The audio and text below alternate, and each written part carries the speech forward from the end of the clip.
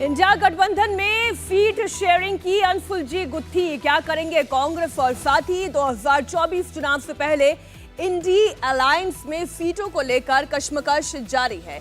कल कांग्रेस और आरजेडी के नेताओं के बीच बैठक में बिहार को लेकर कोई फॉर्मूला नहीं निकल पाया। अब आज थोड़ी देर में कांग्रेस और आम आदमी पार्टी के नेताओं के बीच बैठक शुरू होने वाली है। इस बैठक में आपको बता दें, इस वक्त की बड़ी खबर, कांग्रेस और आम आदमी पार्टी में सीटों के बंटवारे को लेकर बैठक शुरू हो चुकी है। बैठक में दिल्ली और पंजाब की 20 सीटों पर तालमेल पर चर्चा हो रही है। इन दोनों राज्यों में कांग्रेस और आम आदमी पार्टी के नेता एक दूसरे को देखने के लिए तैयार तक नहीं है। सभी सीटों को लेकर तालमेल कहां तक आगे बढ़ पाएगा, ये देखने वाली बात होगी। लेकिन बैठक शुरू होने के पहले ही आम आदमी पार्टी के नेता संदीप पाठक ने बड़ा दावा किया। उन्होंने कहा कि जहां जहां आम आदमी पार्टी के चुने हुए प्रतिनिधि हैं और आपका संगठन मजबूत है, उन सभी राज्यों को लेकर चर्चा होगी। यानी कि बैठक में आप दिल्ली और पंजाब ही नहीं बल्कि हरियाणा, गुजरात और गोवा में भी गठबंधन की मांग कर सकती है।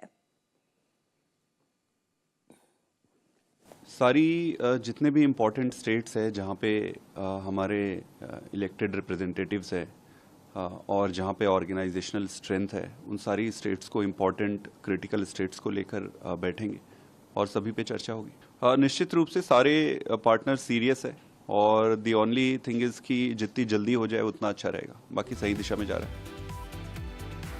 इस बैठक में दिल्ली में मुकुल वासनिक के घर पर यह बैठक चल रही है और कांग्रेस की ओर से मुकुल वासनिक और सलमान खुर्शीद इस मीटिंग में शामिल हैं। तो आम आदमी पार्टी की ओर से सांसद संदीप पाठक, जिनका भी बयान आपने सुना, सौरभ भारद्वाज और आतिशी इस मीटिंग में शामिल हो रहे हैं। बैठक में पंजाब की 13 सीट, दिल्ली की 7 सीटों को लेकर फॉर्मूला तैयार किया जाएगा। अगर हम इसमें बात करें कांग्रेस की, तो दिल्ली की सबसे पहले हम बात कर लें कि 7 सीटों पर दोनों ही पार्टी का सुपड़ा साफ हो गया था। आपको याद होगा 2019 में बीजेपी ने 7 की 7 सीटें जीत ली थी। जहां तक पंजाब का सवाल है, तो कांग्रेस ने पंजाब की 13 सीट में से 8 सीटें जीती थी। आम आदमी पार्टी के खाते में 1 सीट गई थी। भगवंत मान के पंजाब का सीएम बनने के बाद संगरूर से उपचुनाव हुआ तो आम आदमी पार्टी ये सीट हार गई, लेकिन बाद में जालंधर सीट पर हुए उपचुनाव में आम आदमी पार्टी का उम्मीदवार जीता था। इस तरह से पंजाब में उनका 1 सांसद है और 8 सांसद इस वक्त कांग्रेस पार्टी के हैं। अगर पंजाब और दिल्ली की बात करें तो दोनों ही राज्यों में कांग्रेस और आम आदमी पार्टी के बीच जुबानी जंग जारी है। दिल्ली में आम आदमी पार्टी सभी 7 सीटों पर चुनाव लड़ना चाहती है तो कांग्रेस को 1 सीट देने को तैयार नहीं है। तो क्या कांग्रेस इस पर मान जाएगी? इसी तरह पंजाब में कांग्रेस के नेता सरेआम ये बयान दे रहे हैं कि उन्हें राज्य में गठबंधन की जरूरत नहीं है। तो आप सभी 13 सीटों पर दावा ठोक रही है। ऐसे में दोनों दलों के बीच क्या सुलह होगी और बीच का कोई रास्ता निकलेगा, ये देखने वाली बात होगी। इस वक्त की बड़ी खबर आपको बता दें, मीटिंग में मुकुल वासनिक, अशोक गहलोत शामिल हैं। इसके अलावा कांग्रेस की ओर से अरविंदर सिंह लवली, मोहन प्रकाश भी मीटिंग में मौजूद हैं। आम आदमी पार्टी की तरफ से संदीप पाठक बैठक में शामिल हो चुके हैं। विजय लक्ष्मी और भास्कर मिश्रा हमारे साथ, हमारे दोनों सहयोगी जुड़े हुए हैं। पहले विजय लक्ष्मी, आपका रुख करते हुए, अगर पंजाब के पिछले लोकसभा चुनाव के हिसाब से कांग्रेस की स्थिति देखें तो ज्यादा मजबूत दिखाई देती है, लेकिन कांग्रेस की रणनीति क्या है? पहले बात पंजाब की और दिल्ली की, दोनों की कर लेते हैं।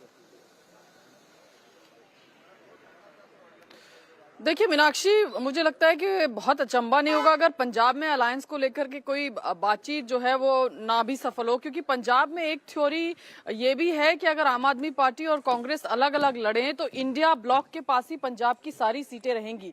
लेकिन अगर ये दोनों कांग्रेस और आम आदमी पार्टी एक साथ आ जाते हैं, ऐसे में एंटी इनकम्बेंसी वोट जो है वो स्प्लिट होकर के अकाली दल या भारतीय जनता पार्टी के साथ के पास भी जा सकता है। इसलिए हम पंजाब के जब तमाम नेताओं से बात करते हैं, खासतौर से स्टेट लीडरशिप से बात करते हैं, तो अभी से एक नैरेटिव हम देखते हैं कहीं ना कहीं बिल्ड होना शुरू हो गया है कि दिल्ली की पंजाब की कांग्रेस की पंजाब यूनिट के चीफ बार बार कहते हैं कि मुझे कहा गया है कि आप सारी की सारी सीटों पर तैयारी करें और हम सारी सीटों पर तैयारी करें, कोई अलायंस का अभी तक हमें इंडिकेशन नहीं दिए गया है। ये बात मैं तब की बता रही हूँ जब अलायंस को लेकर के कांग्रेस पार्टी की जो नेशनल अलायंस कमेटी है वो अपनी रिपोर्ट जो है वो सौंपने वाली थी कांग्रेस के अध्यक्ष मल्लिकार्जुन खड़गे को।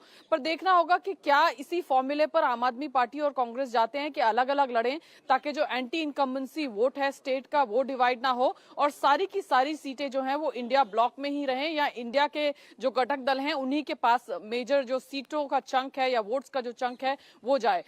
एक फॉर्मूला तो ये है। दूसरा फॉर्मूला ये है कि कांग्रेस पार्टी जिस तरह से कह रही है कि क्योंकि सारे 8 के 8 सांसद उनके पंजाब से हैं और कांग्रेस पार्टी कोई भी सीट छोड़ने के मूड में नहीं है, वहीं आम आदमी पार्टी अपने असेंबली इलेक्शंस का ठीक है, इंतजार और करते हैं। मीटिंग का सिलसिला तो अभी शुरू हुआ है विजय लक्ष्मी। कांग्रेस और आम आदमी पार्टी के बीच दिल्ली और पंजाब को लेकर बैठक हो रही है, लेकिन बातचीत शुरू होने के पहले ही दिल्ली के मुख्यमंत्री अरविंद केजरीवाल ने गुजरात में अपना उम्मीदवार उतारने का ऐलान कर दिया है।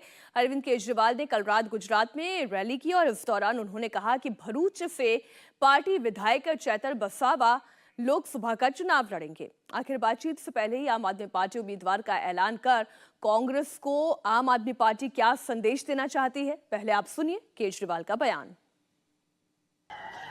दोस्तों, आज मैं ऐलान करना चाहता हूं, आम आदमी पार्टी की तरफ से आने वाले लोकसभा चुनाव में भरूच सीट से चेतर वसावा लोकसभा का चुनाव लड़ेंगे।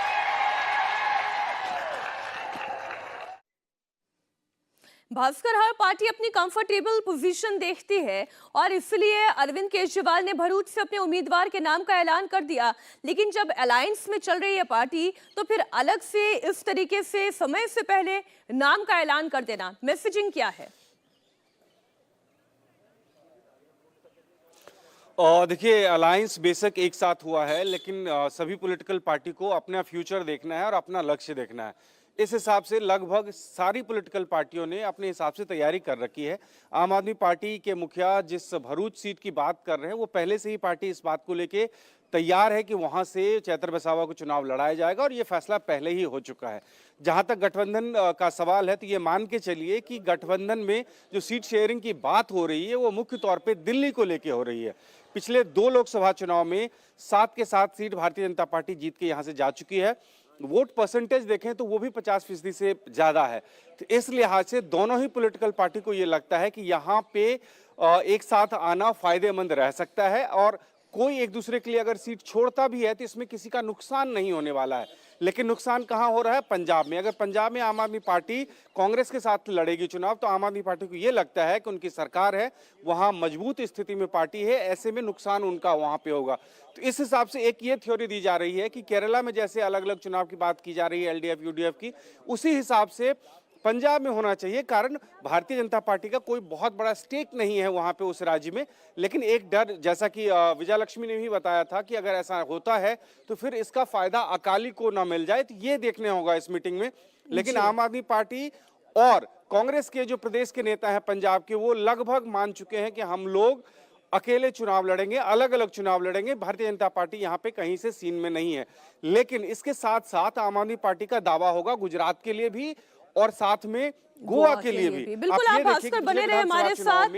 आम आदमी पार्टी के साथ कांग्रेस की बैठक जारी है। इस बीच जेडीयू महासचिव केसी त्यागी ने कांग्रेस पर करारा अटैक किया है। केसी त्यागी ने कहा है कि कांग्रेस जहां मजबूत है वहां गठबंधन के लिए तैयार नहीं है, लेकिन सहयोगी दलों से वो ज्यादा सीटें मांग रही है। जनता दल यू इंडिया गठबंधन का संस्थापक सदस्य, भारतीय जनता पार्टी की जो बढ़ी हुई तैयारियां हैं वो हमें चिंतित करती। इंडिया गठबंधन के संगठनात्मक ढांचे से लेकर के उम्मीदवारों के चयन से और संयुक्त सभाओं के ना होने पर हम चिंतित भी हैं और कंसर्न फील भी करते हैं और चाहते हैं कि सब चीज़ जल्दी दुरुस्त। कांग्रेस रूल्ड स्टेट में या कांग्रेस जहां बड़ी पार्टियों में सब कुछ ठीक है, किसी के साथ कोई सीट शेयरिंग नहीं है, लेकिन जो non Congress non BJP ruled state हैं या जहां उनकी ताकत ज़्यादा है, वहां अनुपात के से अधिक सीटें मांगना कांग्रेस पार्टी का अव्यवहारिक काम। संयोजक वाला सवाल अब हमारे लिए महत्वपूर्ण नहीं। नीतीश कुमार इसके निर्माता हैं, जो पद संयोजक से बड़ा है, नंबर 1। नंबर 2, कांग्रेस पार्टी को पश्चिमी बंगाल में राष्ट्रपति शासन की मांग नहीं करनी चाहिए। ये बीजेपी के हाथों में खेलने जैसा। इस सवाल पर जो पश्चिमी बंगाल में अधीर चौधरी के वक्तव्य से हम असहमत हैं, उनका बयान बीजेपी की मदद करने वाला है। वहीं आरजेडी प्रवक्ता मनोज झा ने कहा कि अभी तक सीटों को लेकर तालमेल नहीं होने से सभी सहयोगी दल चिंतित हैं। मनोज झा ने उम्मीद जताई कि कांग्रेस के साथ सीट शेयरिंग जल्द फाइनल हो जाएगी। फिर मैं कहता हूं कि आप लोगों के पास शब्दावली जो है ना, फॉर्मूला क्या है, पेच कहां फंस रहा है, ऐसा कुछ नहीं है। कल की पहली बैठक थी, एक बहुत ही अच्छे वातावरण में ये तय हुआ कि कैंडिडेट किसी भी दल का हो, वो इंडिया गठबंधन का कैंडिडेट होगा। ये अपने आप में एक जो ओनरशिप है, जो साझा जिसको कहते हैं कि ओन करना, चाहे वो कांग्रेस के लोग लड़ रहे हों, जदयू के, हमारे लोग लड़ रहे हों, तो उस दृष्टिकोण से कुछ प्रगति हुई है। और सीधी सी बात है कि आने वाले दिनों में शीर्ष नेतृत्व तमाम दलों का बैठेगा और रिजॉल्व कर लेगा। तो आधार विनेबिलिटी होगा 100% विजयजनक हर सीट पे। दल जो इंडिया गठबंधन में है उसकी इच्छा तो होगी ना कि सब कुछ त्वरित गति से हो। इसमें मुझे ये कहना कि जदयू गुस्से में, ये मत कहिए। जदयू की चिंता है और वो हमारी चिंता भी है, वो गठबंधन के एक एक दल की चिंता भी है। और मैं समझता हूँ कि जो भी चिंता के अवयव हैं अलग अलग दलों के, उनकी सामूहिक चिंता ये है कि कैसे एक बेहतर विकल्प दिया जाए। और मैं समझता हूँ जो भी देर हुई, लेकिन अब तमाम फैसले मुझे लगता है कि जल्द से जल्द लिए जाएंगे। तो इतना तो तय है, विजयलक्ष्मी के लालू और नीतीश का जो फॉर्मूला है वो कांग्रेस को पसंद नहीं है, तो फिर कांग्रेस को क्या पसंद है, वो किस फॉर्मूले के साथ आगे बढ़ रही है? देखिए मीनाक्षी, जब पिछला चुनाव हुआ था तो आरजेडी और कांग्रेस एक साथ थे। उस वक्त जेडीयू जो है वो पिक्चर में नहीं था। अब क्योंकि ये जो चुनाव हो रहा है एक नए समीकरण के साथ लोकसभा का चुनाव हो रहा है, कांग्रेस पार्टी चाहती है कि पिछली बार जिन 9 सीटों पर उसने चुनाव लड़ा वही 9 सीटें उसको इस बार भी दी जानी चाहिए। लेकिन जेडीयू ने कहा है, जेडीयू की तरफ से बार बार इस तरह के इंडिकेशन आ रहे हैं कि हम तो 17 सीटों पर लड़ेंगे और बाकी सीटों पर आप आरजेडी, कांग्रेस और लेफ्ट की पार्टीज बैठ करके तय कर लीजिए कि आप कितनी सीटों पर लड़ेंगे।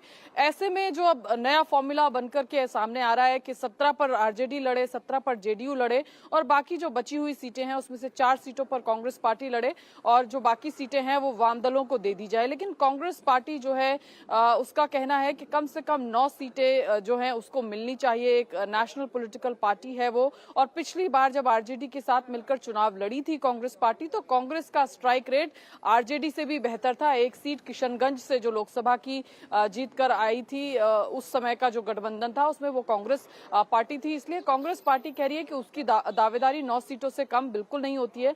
लेकिन यहाँ पे मुझे लगता है कि कांग्रेस पार्टी को थोड़ा कॉम्प्रोमाइज करना पड़ेगा। कांग्रेस को 4 से और सिर्फ कांग्रेस पार्टी को कॉम्प्रोमाइज या फिर थोड़ा कॉम्प्रोमाइज जेडीयू को भी करना पड़ेगा, हम इस पर आगे भी चर्चा करेंगे। अभी तो जैसा कि मैंने कहा कि अलग अलग स्तर पे मीटिंग्स का ये सिलसिला शुरू हुआ है। इस बीच महाराष्ट्र में भी सीट शेयरिंग को लेकर कोई फॉर्मूला अगले 1-2 दिन में निकल सकता है। महाराष्ट्र में सीट शेयरिंग को लेकर आज उद्धव ठाकरे के पार्टी के नेता संजय राउत आज दिल्ली आने वाले हैं। साथ ही कांग्रेस पार्टी ने महाराष्ट्र के अपने बड़े नेताओं को दिल्ली बुलाया है ताकि सीट शेयरिंग पर बात की जा सके। आपको जानकारी दे दें, कल यानी कि 9 जनवरी को दिल्ली में महाविकास अघाड़ी की मीटिंग होनी है जिसमें सीट बंटवारे पर बात बन सकती है। बताया जा रहा है कि महाविकास अघाड़ी में उद्धव और शरद पवार के बीच सीट शेयरिंग को लेकर सहमति बन चुकी है, लेकिन कांग्रेस पार्टी की ओर से कोई ठोस फैसला नहीं लिया गया है। इसके बाद उद्धव ठाकरे ने कांग्रेस हाईकमान से बात करने के लिए संजय राउत को दिल्ली भेजा है। महाराष्ट्र में लोकसभा की 48 सीटों पर सीट शेयरिंग को लेकर महाविकास अघाड़ी के बीच अब तक सहमति नहीं बन पाई है। हालांकि सूत्रों का कहना यह है कि अकोला सीट को लेकर महाविकास अघाड़ी एक मत है। ये सीट प्रकाश अंबेडकर की पार्टी को देने का फैसला किया गया है। हालांकि अंतिम मुहर महाविकास अघाड़ी की बैठक के बाद ही लिया जाएगा। महाराष्ट्र की सीट शेयरिंग को लेकर महाविकास अघाड़ी में पहले से ही एक राय नहीं बन पाई है। इस बीच मुंबई साउथ की सीट को लेकर भी शिवसेना और कांग्रेस में खींचतान शुरू हो गई है। कांग्रेस नेता मिलिंद देवड़ा ने उद्धव ठाकरे को नसीहत दी है और कहा है कि अगर फैसला लेने में देर हुई तो कांग्रेस पार्टी यहां पर अपना उम्मीदवार घोषित करेगी। सोपी होणार नाही। कोणीही सार्वजनिक विधाने आणि दावे करू नयेत आणि जर एखादा पक्ष औपचारिक चर्चा पूर्ण होईपर्यंत थांबायला तयार नसेल तर काँग्रेस ही जागावर दावा करू शकते आणि उमेदवारांची घोषणा करू शकते. मला आशा आहे की आजचा हा संदेश आपल्या माध्यमातून मुंबई आणि दिल्लीतील महत्त्वाच्या लोकांपर्यंत पोहोचेल.